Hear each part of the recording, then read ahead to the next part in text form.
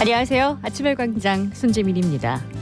후쿠시마 원전 오염수 방류 문제를 두고 여야의 여론전이 뜨겁습니다.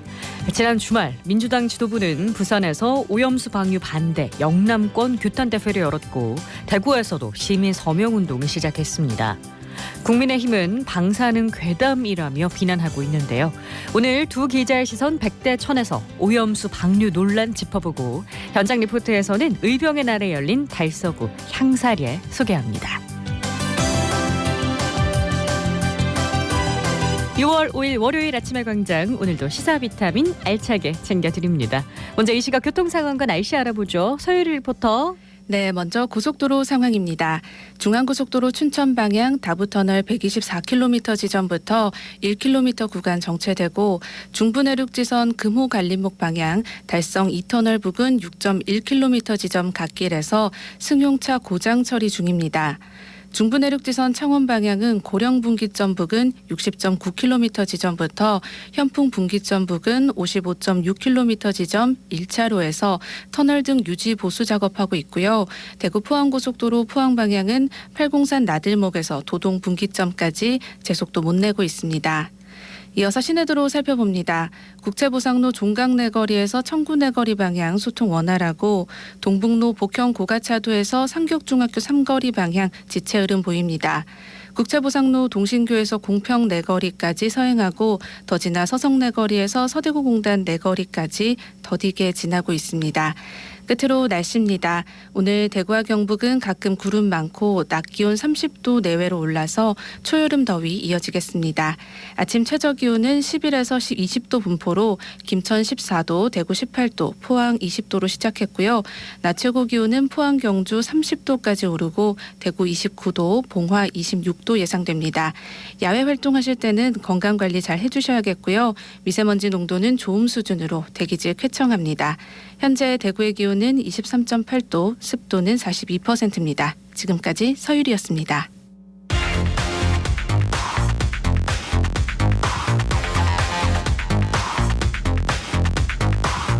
빠르고 정확하게, 명쾌하고 날카롭게 대구 경북의 오늘을 보는 KBS 대구 아침의 광장과 함께하고 계십니다. 대구 경북의 조간 브리핑으로 이어갑니다. 오늘 아침 뉴스 매일신문 김윤기 기자와 함께합니다. 안녕하세요. 예, 안녕하세요. 네, 첫 소식 볼까요?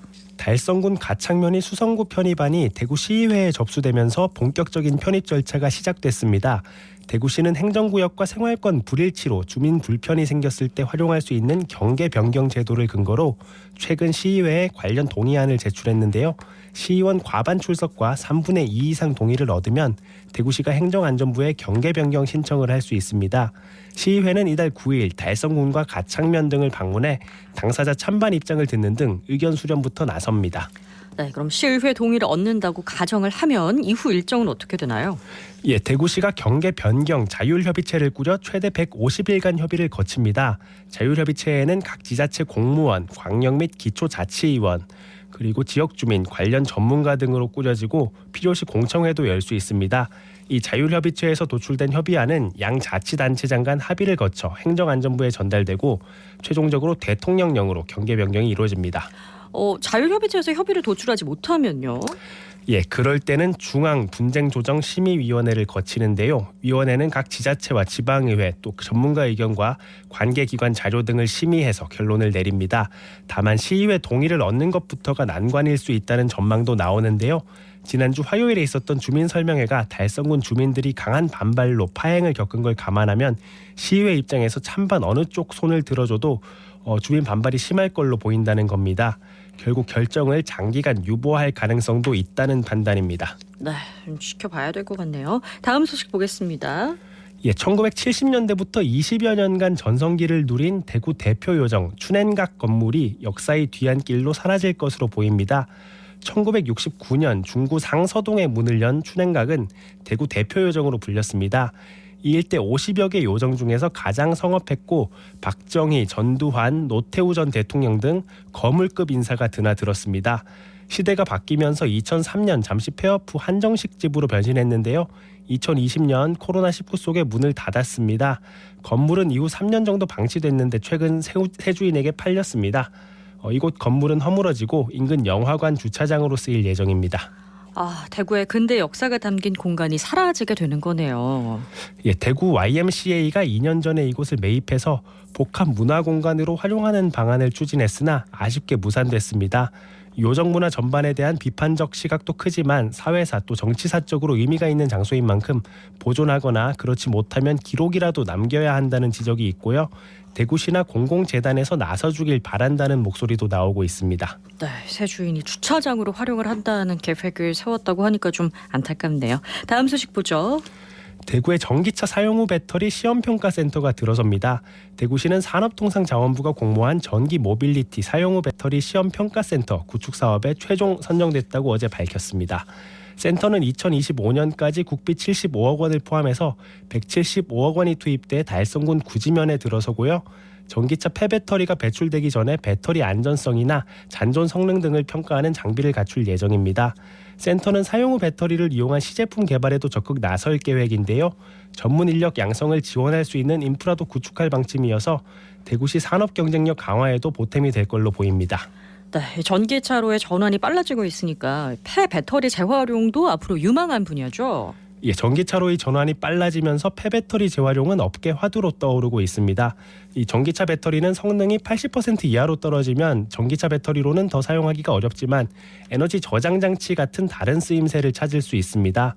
아직 재사용 제품이 안전성 기준이 미비하고 폐배터리 발생이 본격화되진 않았지만 성장 가능성이 큰 분야로 꼽힙니다. 또 배터리 생산이나 폐기 과정에서 발생하는 환경 문제도 줄일 수 있기 때문에 대구시도 육성에 적극적으로 나서는 모습입니다. 네, 미래차의 중심 도시로 대구시가 우뚝 설 수 있게 앞으로도 노력을 더 해야겠고요. 다음 소식 보겠습니다. 지난달 대구 동화사 탐방객이 전월이 3배 수준으로 급증한 걸로 나타났습니다. 지난달 4일부터 시작된 문화재 관람료 감면 효과로 보입니다. 동화사는 그동안 입장료 2,500원을 받았는데 이런 부담을 덜자 발길이 끊이지 않는 겁니다. 이 동화사에 따르면 지난 4월 4일부터 30일까지 탐방객은 6,500명 정도였는데 지난달 같은 기간 탐방객은 18,000명 선으로 급증했습니다.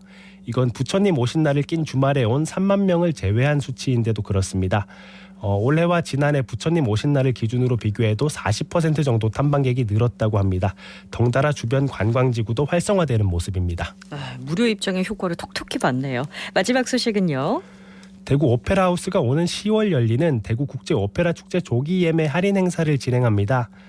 주요 공연을 볼 수 있는 티켓은 오는 20일 자정까지 최대 50% 할인된 가격으로 대구 오페라 하우스 홈페이지에서 구매할 수 있습니다.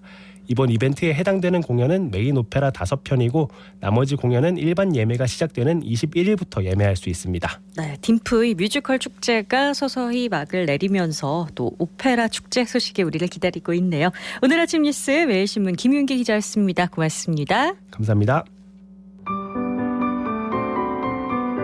안녕하세요. 환경 강사라고 불리고 있는 전희택이라고 합니다. 저희 아내와 코로나 때 집에 있는 시간이 길어질 때 집에서 나온 쓰레기를 이렇게 분리배출하러 가는데 너무 많더라고요. 그걸 양손으로 부족해서 카트를 끌고 일주일치 쓰레기를 버리러 가는 제 모습에서 현타가 왔어요. 만약에 우리 아파트 전체를 생각해보면 도대체 얼마나 많이 버린다는 거야.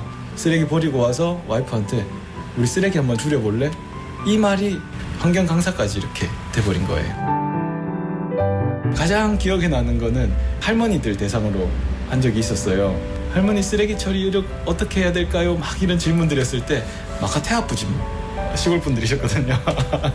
그래서 그런 태운다는 답변 들었을 때랑 제가 시작할 때는 분명히 제 앞에 한 70명 이상의 분들이 앉아 계셨거든요. 그리고 맨 마지막에 이제 제가 감사합니다. 제 이야기는 여기까지입니다 하고 인사 딱 드리고 고개를 들었는데 4명이 남아있더라고요. 아, 내가 갈 길이 아직 멀구나. 물론 내 이야기가 지루해서 재미없어서 그럴 수도 있지만 여전히 사람들은 이 환경이라는 부분에 관심이 많이 없구나. 그걸 느꼈는데 그때가 진짜 아무래도 기억에 오래 남는 것 같아요. 환경의 날이요. 매일이 됐으면 좋겠어요. 환경의 날도 있고 무슨 날 되게 많잖아요. 특히나 뭐 지구의 날, 이 날이 되면은 뭐 잠깐 이렇게 소등하는 행사도 하는데 특정한 날만 환경을 생각하고 이런 게 아니라 꼭 매일이 환경의 날이 됐으면 좋겠습니다.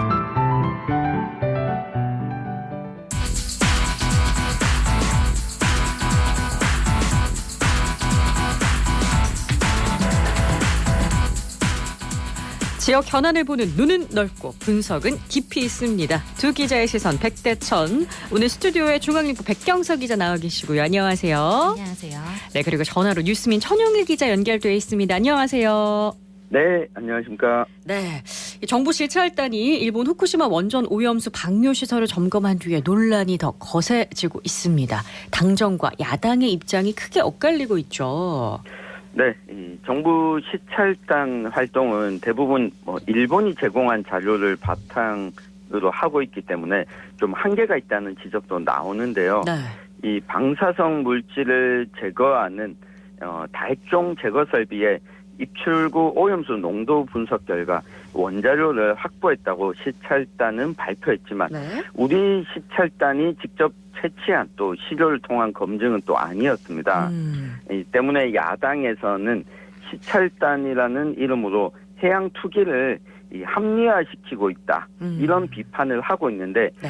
이러한 비판의 이유를 중심으로 오늘 한번 살펴보겠습니다. 네. 네, 그 정부 시찰단은 이제 추가 분석이나 확인 작업이 필요하다면서 이제 최종 결과를 기다려 달라는 입장입니다. 네. 그런데 이게 오염수 안정성에 대한 정부 최종 결론은 아마 다음 달 말쯤에 나올 걸로 네. 예상은 되는데요. 이 결론은 사실 국제원자력기구의 최종 보고서 발표 이후에 나올 걸로 보입니다. 저는 오늘 오염수 방류가 앞으로 어떻게 될지 또 방류에 관한 정부나 각 지자체 대책을 중심으로 한번 이야기를 해보려고 합니다. 네, 지금 논란이 뜨거워진 데 비해서 결론이 좀 더디게 나오는 것 같다라는 생각하는 분들이 많이 계신 것 같아요. 정부가 지금 이제 국제원자력기구의 공식적인 검증 결과를 기다린다. 이렇게 백 기자가 말씀을 해주셨는데 며칠 전에 6번째 중간 보고서가 나왔죠? 네, 국제원자력기구가 이제 2011년 후쿠시마 원전 사고로 오염된 물을 이제 정화를 시켜서 탱크에 저장한 처리수를 지난해 3월 채취를 했는데요. 네. 이거를 이제 분석한 결과를 얼마 전에 발표를 했습니다.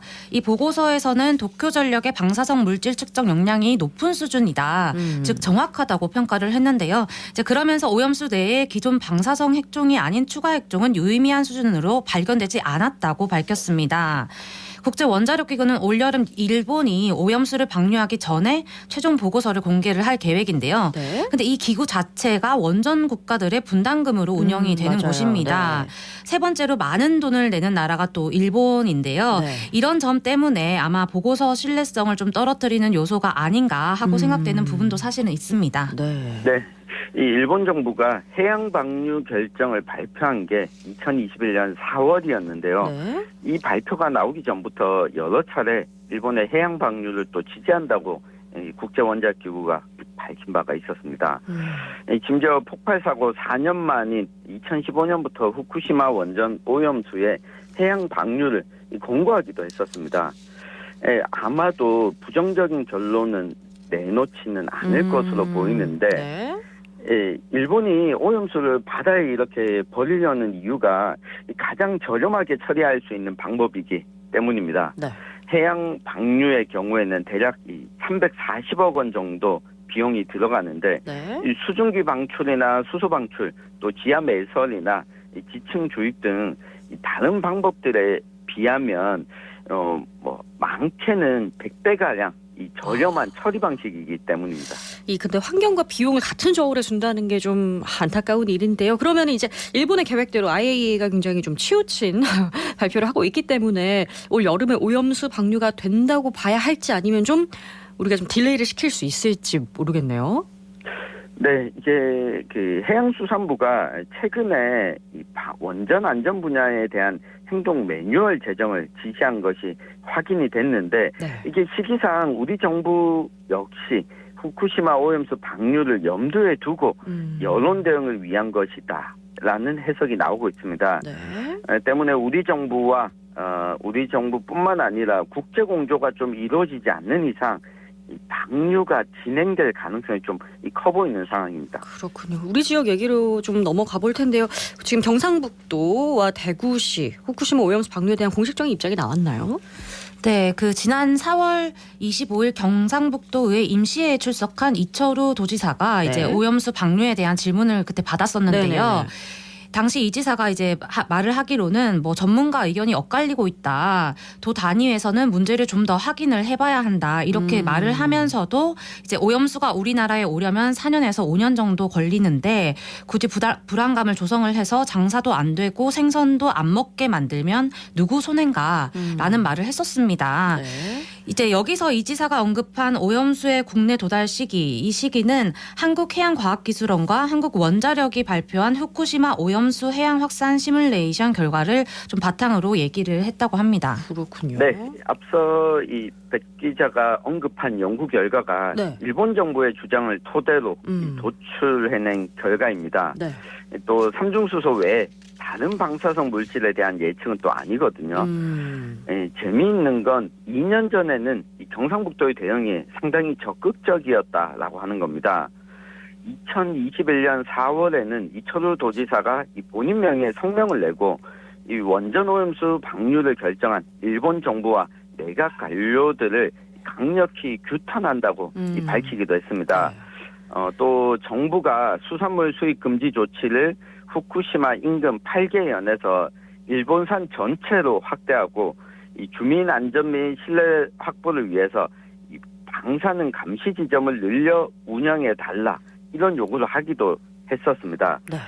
아마도 이렇게 입장이 바뀐 것은 이 당시에는 이 문재인 대통령 시절이었고 이 야당 도지사일 때였는데 현재는 윤석열 대통령으로 이 정권 교체가 이루어졌고 네. 여당 도지사다 보니까 이렇게 입장이 좀 바뀐 것으로 보입니다. 네, 이제 여야가 교체가 되면서 뭐가 정부와 지자체 대응이 좀 미루는 경향을 보여주고 있는데 일단 우리 지역민들 특히나 뭐 동해와 접해 있는 경북 어민들은 더할 나위 없지만 걱정이 많잖아요. 네, 경북 지역 시민단체들이 이철우 경북도지사에게 방류 반대 입장을 표명하라고 요구하고 나섰는데요. 네.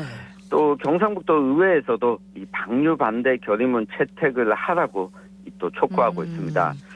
시민단체들은 일본과 인접한 동해안이 중장기적으로 피해를 입을 가능성이 높다면서 특히 뭐 울진, 영덕, 포항, 경주와 같이 이 동해안에 접해 있고 네. 이 어업에 종사하고 있는 이들이 많죠. 피해를 볼 수 있을 것이다. 이런 걱정을 하고 있습니다. 네, 경북도 차원의 이제 오염수 대응 움직임은 아직은 공식적으로는 명확하게 나오지는 않고 있습니다. 네. 지난주에 이제 포항 지역에서 시민단체들이 포항시 의회에 이 후쿠시마 원전 오염수 투기 반대 결의문 채택을 촉구를 했습니다.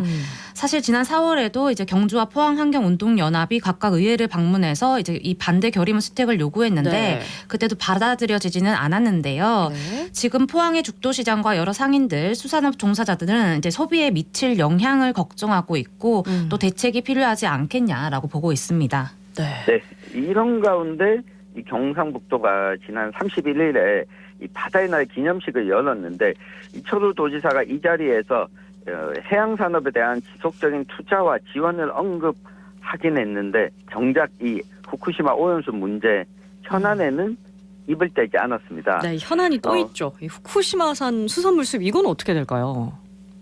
네, 이게 수산물과 관련해서는 네. 지금 경상북도에서는 일단 점검을 철저하게 하겠다라고 하고 있는데 네. 현재 이런 입장 가운데 대구시와 경상북도가 좀 이 오염수 방류 자체에 대해서는 입장을 좀 내고 있지 않습니다.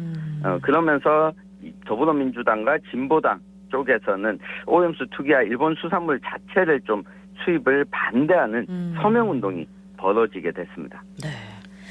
이 후쿠시마산 수입이 어떤 식으로 좀 이루어지게 되죠? 네, 그 지금 후쿠시마 인근 8개 현을 제외한 지역의 일본산 가리비와 돔, 뭐 명태 등을 중심으로 꾸준히 수입은 되고 있는 네. 상황이고요. 식약처는 이제 방사능 검사 결과서를 제출받은 뒤 세슘과 요오드를 매번 검사는 하고 있습니다. 다만 후쿠시마 오염수에 포함될 수 있는 플루토늄 이거는 검사 항목에서 빠져 있는데요. 네. 식약처 말로는 이제 앞으로 추가 요청을 하면 가능은 필요하다고는 설명을 하고 있고요. 네. 근데 이제 검사 절차의 투명성과 철저함을 강조는 하고 있는데 이게 소비자들의 안심으로 이어질 수 있을지는 의문이 좀 드는 부분이 있습니다. 네, 이건 또 다른 문제인 것 같습니다. 정부와 지자체 또 정치권이 후쿠시마 오염수 방류를 앞두고 국민들을 위해서 뭘 해야 할지 오늘의 시선 한마디로 마무리해볼까요? 근데 지금 여야가 후쿠시마 오염수 여론전에 바쁜데요. 네. 야당은 시찰단이 일본에 들러리를 섰다고 비난을 하고 또 여당은 괴담 선동을 중단하라는 식으로 말을 하고 있습니다. 네. 이런 상황에서 저는 오늘의 한마디로 잘못을 찾지 말고 해결책을 찾아라라고 던지며 마무리를 해보겠습니다. 네, 청 기자님은요? 네, 솔고 외양간 고친다는 이야기를 많이 하는데요. 오늘의 시선 한마디로 외양간을 열어두면 소를 잃고 이 솔고 외양간을 닫은들 무슨 소용이 있겠느냐 말씀드리겠습니다. 네, 두 기자의 시선 100대 1000이었습니다. 두 분 고맙습니다. 감사합니다. 감사합니다.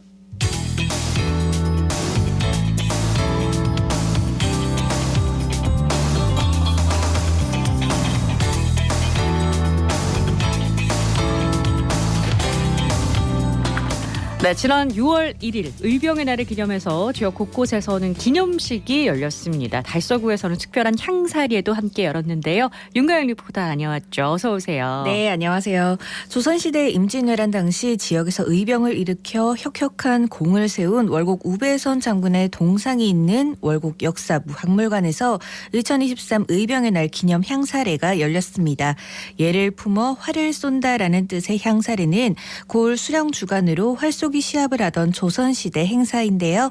이 지역 주민과 인근 대학교 외국인 대학생들이 참여해 눈길을 끌었습니다. 현장 소리와 함께 이번 의병의 날 재연 담당자의 목소리 들어보시죠. 역문 누가 관문에 들어갈 희망을 할 것인가? 1592년 4월